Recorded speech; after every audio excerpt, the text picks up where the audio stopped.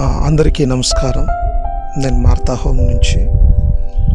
మన ఎదుట ఉన్నటువంటి ఈ నలుగురు పిల్లల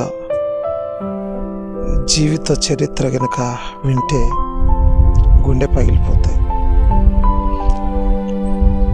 పెన్ను బట్టి చిన్నారి చేతులతో రాసుకోవాల్సినటువంటి ఈ చిట్టి పిల్లలు,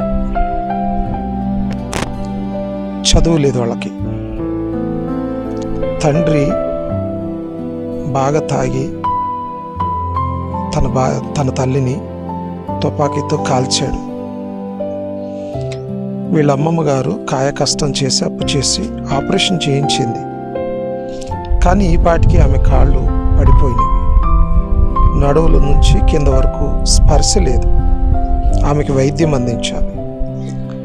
తల్లి వాష్రూమ్ కూడా వెళ్ళలేని పరిస్థితిలో ఉంది గనక ఈ ఇద్దరు పిల్లలు చదువు మానేసి తల్లికి పరిచర్య చేయటం, సపర్యలు చేయటానికి వాళ్ళు తీర్మానం చేసుకున్నారు. ఈ పిల్లలే మీకు వీడియో చూపిస్తాను. ఈ పిల్లలే బయటికి మోయటం చేస్తున్నారు. ఈ పిల్లలు మాత్రం ఇక్కడ లోకల్లో ఉన్నటువంటి ఆ స్కూల్కి అప్పుడొక రోజు వెళ్తూ ఉంటున్నారు. వీళ్ళ దయనీయమైన స్థితిని చూసి తోటి పిల్లలు, పక్కనోళ్ళు కొంచెం హేళనకరంగా నవ్వుతూ ఉంటే ఆ స్థితిని చూసి తట్టుకోలేక వీళ్ళకి మంచి బాగు లేదని, మంచి పరిస్థితి లేదని వాళ్ళు హేళన చేస్తున్నారని ఈ పిల్లలు అనుకొని ఈ పిల్లలు కూడా మేము స్కూల్కి వెళ్ళమమ్మా అని తల్లితో ఉంటాం. కట్ చేస్తే ఈ పిల్లలను, ఈ పిల్ల తల్లిని ఆలనా పాలన చూసేటువంటి వీళ్ళ అమ్మమ్మ వీళ్ళ స్థితిని చూసి బావురుమంటి ఏడ్చి గుండె ఆవిరై, గుండె బ్రద్దలై హార్ట్ అటాక్ వచ్చి 3 రోజుల క్రిందట చనిపోయింది. ఇప్పుడు వీళ్ళకి కనీసం అన్నం పెట్టేవాళ్ళు కూడా లేరు.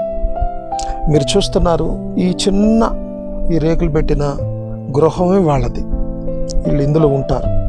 ఇదిగో ఈ తల్లిని కూడా, ఈ పిల్లల తల్లిని కూడా చూడొచ్చు.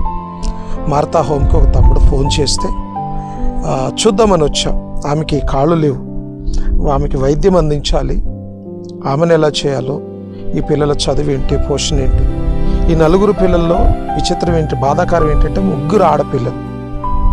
వీళ్ళ చదువులే కాదు, ఫుడ్డే కాదు, వీళ్ళ యొక్క భవిష్యత్తు ఏంటో కూడా నాకైతే తెలియటం లేదు. ఈ వీడియో ద్వారా చూస్తున్నటువంటి మిత్రులను కోరుకునేది ఏంటంటే, మార్తా హోము కొన్ని వందల మందికి సహాయం చేసింది.